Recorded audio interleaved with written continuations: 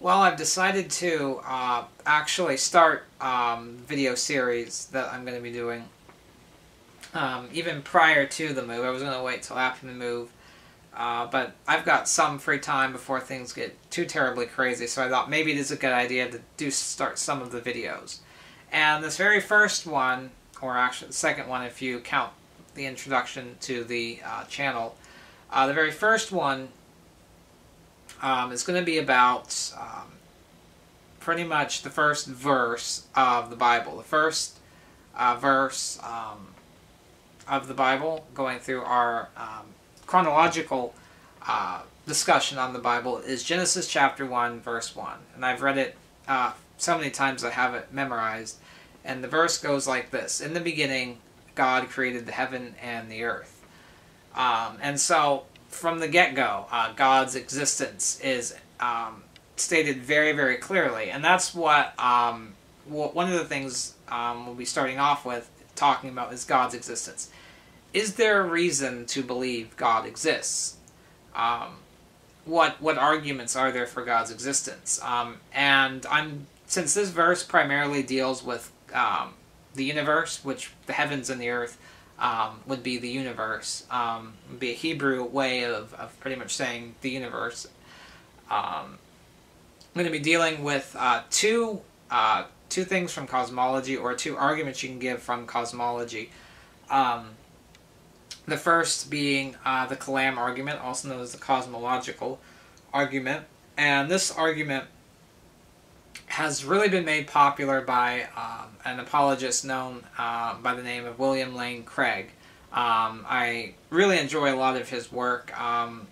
Love his website, Reasonable Faith. Watched quite a bit of videos from William Lane Craig.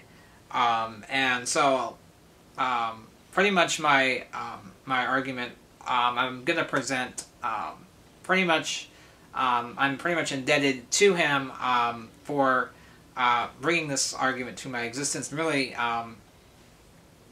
a lot of these arguments for the existence of God, I've gained a lot from William Lane Craig. And so this, how this argument is presented is, it's presented by two premises followed by the conclusion. And the two premises are this: that whatever begins to exist has a cause. Then the second premise is the universe began to exist, which follows that the universe therefore has to have a cause behind it. And once you establish those those two premises and then the conclusion, then you start going into detail about some of the properties that this cause behind the universe must have had. And from there you get to that these attributes are things that are attributes that the God of the Abrahamic faiths have. And so that's kind of where we'll be going. And so we'll deal with the first premise, or delve into that a little bit, which is that whatever begins to exist has a cause. And this first premise is sometimes just flat. In fact, a lot of times the dialogues I've had with atheists, with skeptics, oftentimes this first premise is flat out denied.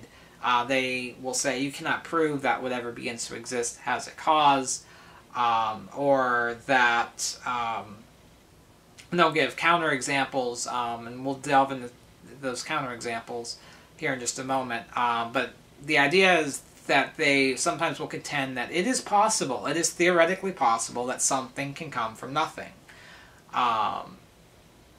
But the evidence is firmly against that. The law of cause and effect is very, very much a part of our existence in this world. It would be absurd to think that, for example, that a can of Mountain Dew can just pop into existence right here and right now by nothing.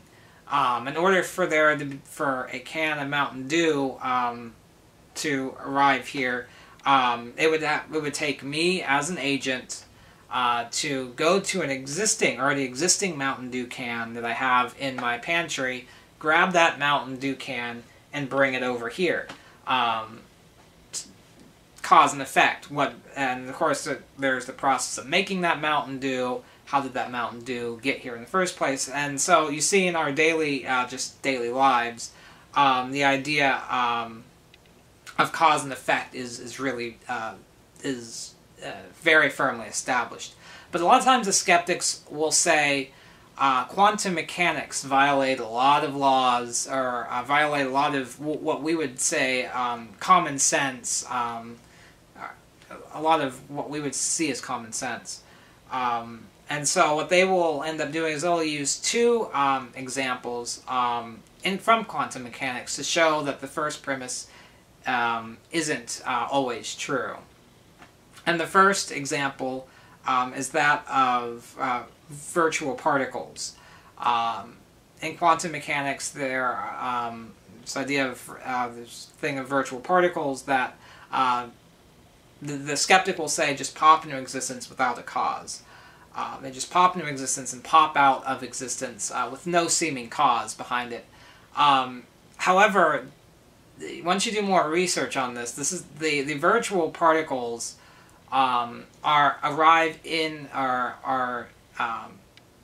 arise within a quantum vacuum, and this quantum vacuum isn't nothing. It has certain properties to it, and it does have a level of energy, and so these particles arise because of the energy contained in the quantum vacuum. And so that's not a good example of something coming from nothing.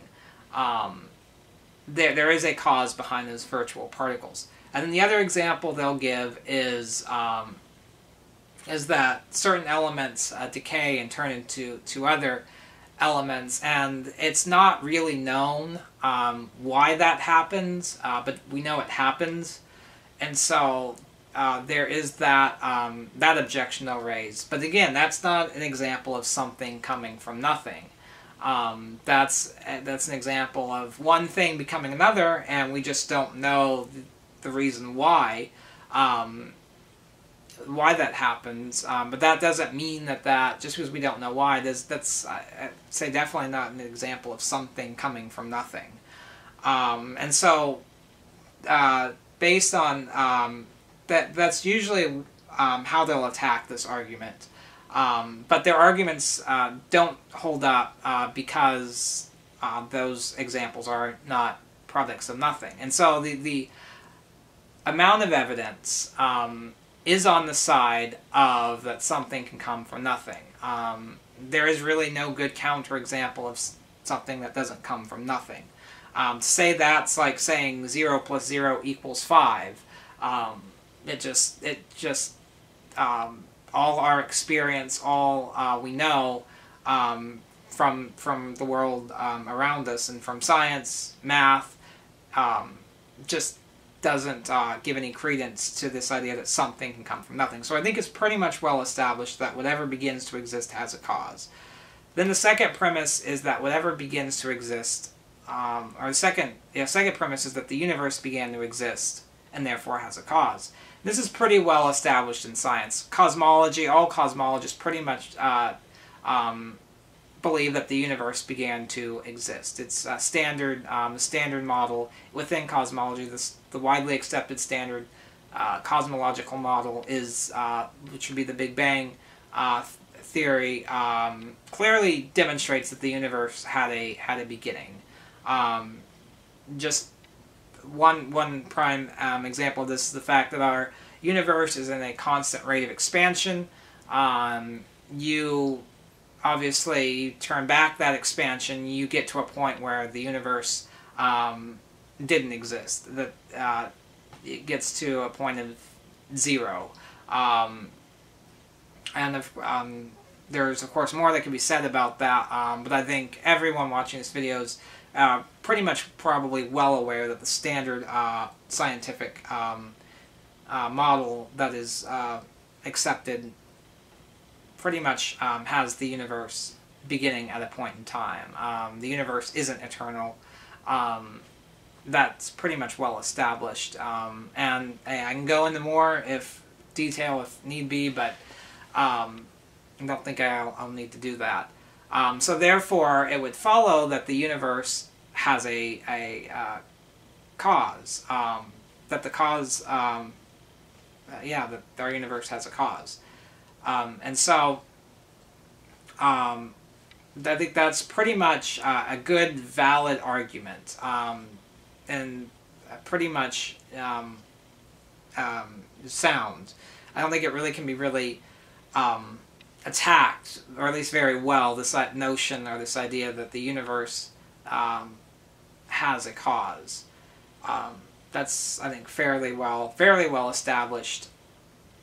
But the question then becomes, well, what is this cause? What properties must this cause have? Well, it must be eternal. I would say it must be uncaused. It must not have existed prior. Or else what you end up the problem with is this idea of an infinite regress. This idea of never arriving to a first cause. You just keep going back and back and back and back, and there's this endless cause of events or causes.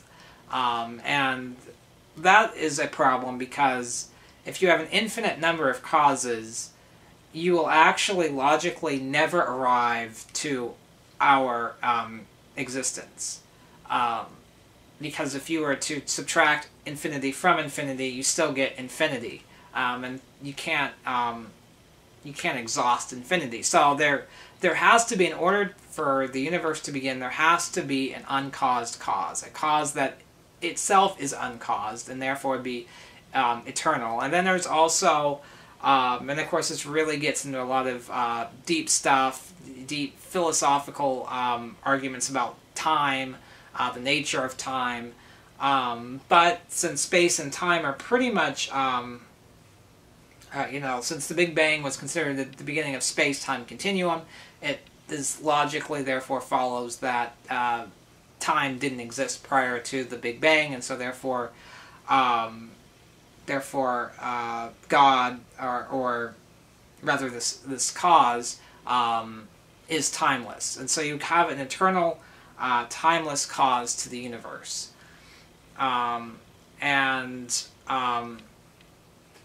You also have an immaterial cause, because the Big Bang was the cause, or, the Big Bang was the start of the material universe. Therefore, whatever caused it must be immaterial, or at least not material in the way that we know material to be. So you have an immaterial, timeless cause, something that must be extremely powerful, obviously, to bring in the universe to existence. It had to be full of energy and power. And the probably the biggest thing is this it had to be personal. And I think I'll probably stop the video right here, and the next video will deal with the personhood of this cause.